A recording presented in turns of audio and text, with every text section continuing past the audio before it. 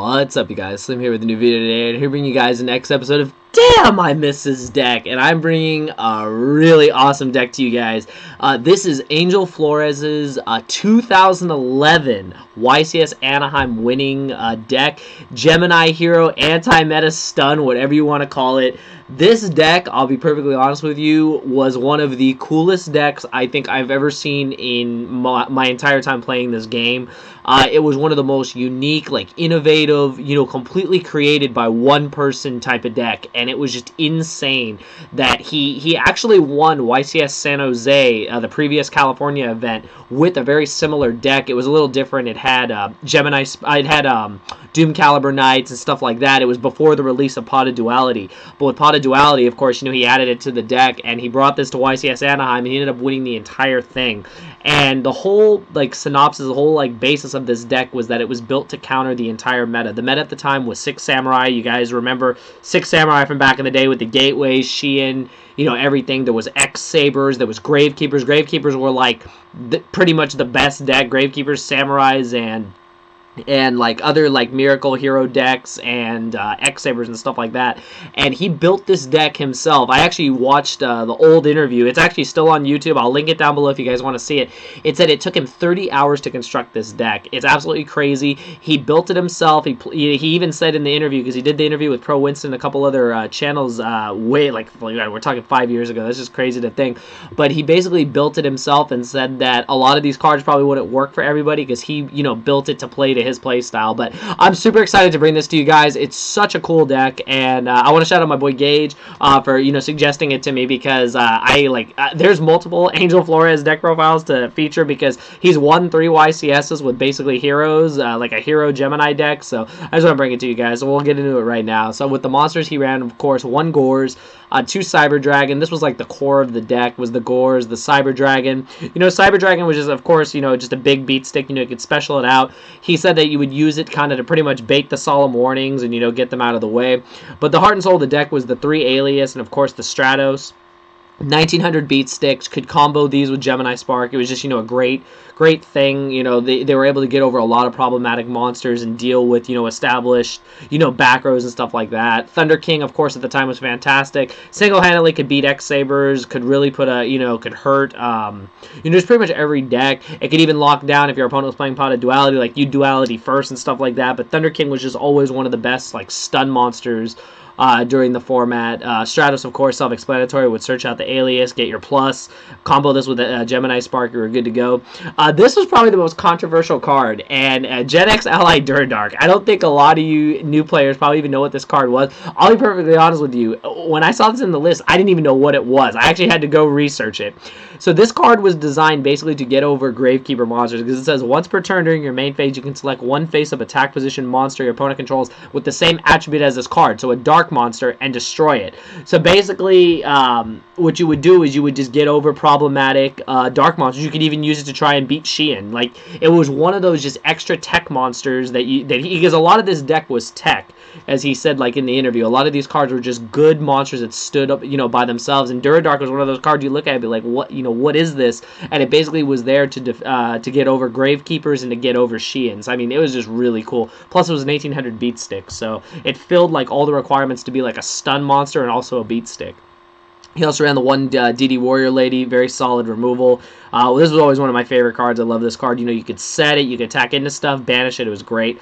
He ran 2 main deck Fossil Dyna. This card was amazing. You basically could summon this turn 1, and basically your opponent would pass. It was a format where special summoning was huge. 6 Samurai special summon, X-Saber special summon, and I mean, with Fossil Dyna on the board, Fossil Dyna back row, they're not going to get over it. Set Fossil Dyna, spring it on your opponent, blow up their board. It was crazy.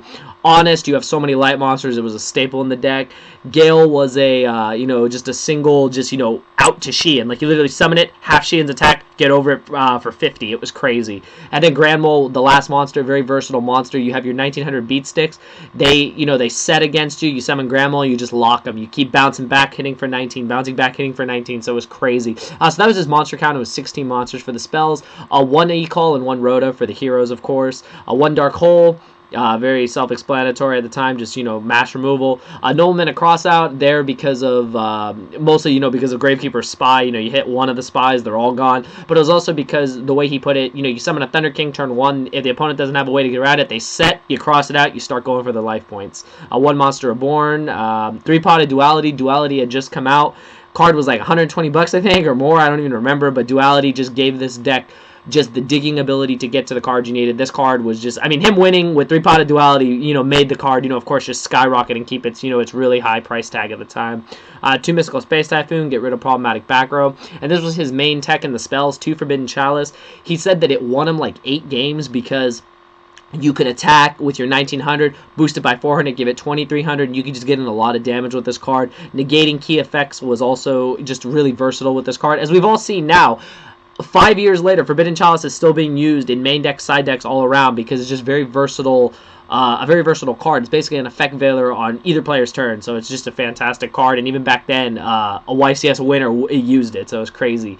And then the 3 Gemini Sparks, self-explanatory to go with the alias. This was just insane. You got rid of a card on the field, and you drew a card. Like, that was just ridiculous. At the time, like, it was so amazing, like, being able to get over problematic stuff. Plus, it was a quick play, so it did so much for the deck. So that was it for the spells. And then his trap lineup was very simple. 2 Bottomless, 1 Hero Blast, of course, comboed with the aliases, Torrential, Double Dimensional Prison. It was all basically protection, prevent your opponent from attacking, prevent them from summoning. 7 Tools and Solemn Judgment, protection, and the 2 warnings, self-explanatory at the time. Warning and Duality, those were the cards to have if you wanted to play Yu-Gi-Oh! It was insane. So that was it for the main deck. It was 41 cards. On to his extra deck. His extra deck, as you guys can see, has a lot of crazy stuff in it. It's got a Dragon, a Quest.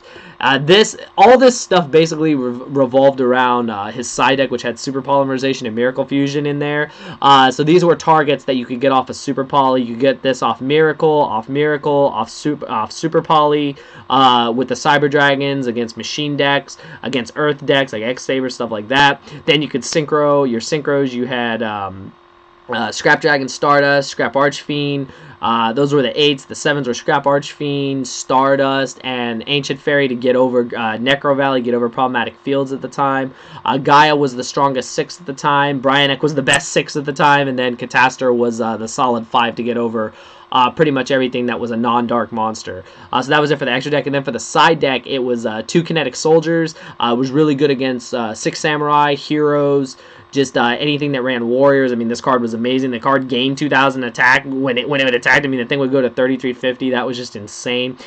His MVP, though, the card that won him the YCS was Penguin Soldier. This card was insane. You could overextend against it, and then you would gain nothing from it. You would attack into Penguin Soldier, he'd bounce back your monsters. Summon a Stardust and a Scrap Dragon, attack, bounce back. Summon 2 Stardust, bounce back. Summon Sheehan, bounce back. It didn't matter. Penguin Soldier just did so much, and it was what he used to attack for game in the finals against Gravekeepers.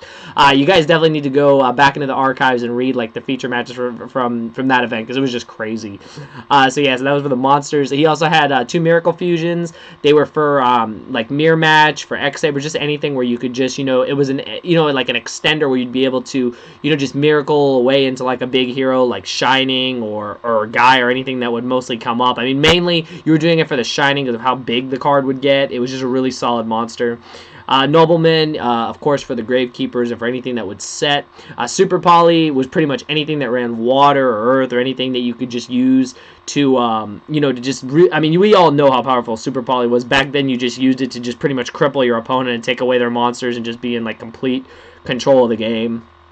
Mind Crush, all the decks searched at the time, Rhoda, Smoke Signal, everything. Like, you could just Mind Crush away what the problematic monster was.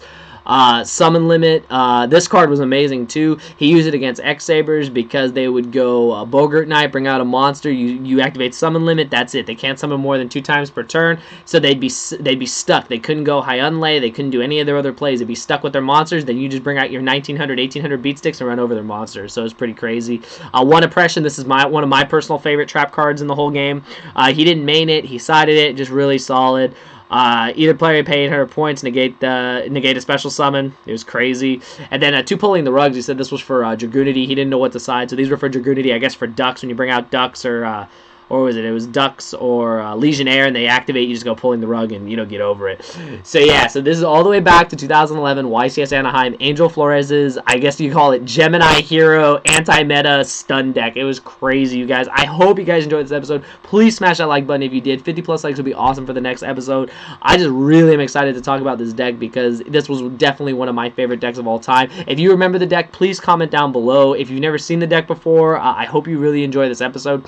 If you do play old formats, play this deck. I've played it before. Like I played it on the Game Boy games. I played it on the Nintendo DS games. And I played it here on like YGO Pro, Dev Pro. And I mean, it's just crazy to play old formats because this deck was amazing. And back then, I mean, this was the deck to beat. It was crazy, and it was self-built by Angel Flores, and I mean, it's just crazy to me that a deck that someone single-handedly built to their playstyle won the event. But I mean, innovation was crazy back then. So yeah, anyways, I hope you guys enjoyed the video. If you did, smash that like button, 50 plus likes for the next episode. Let me know any other decks you'd like me to feature. Just comment down below. I know you guys want to see Jeff Jones Grand Soil Psychics. I've gotten that requested a lot. That episode is coming. Don't worry, I'll definitely cover that. I'm gonna rewatch the profile to get all my information straight, because that was also a very unique deck that no one saw coming. And I mean, he came so close. He got second at YCS Toronto. So I mean, that'll definitely be a great episode. So anyways, I hope you guys enjoyed it. Give it a thumbs up, and I'll see you guys in the next video. Thank you for watching.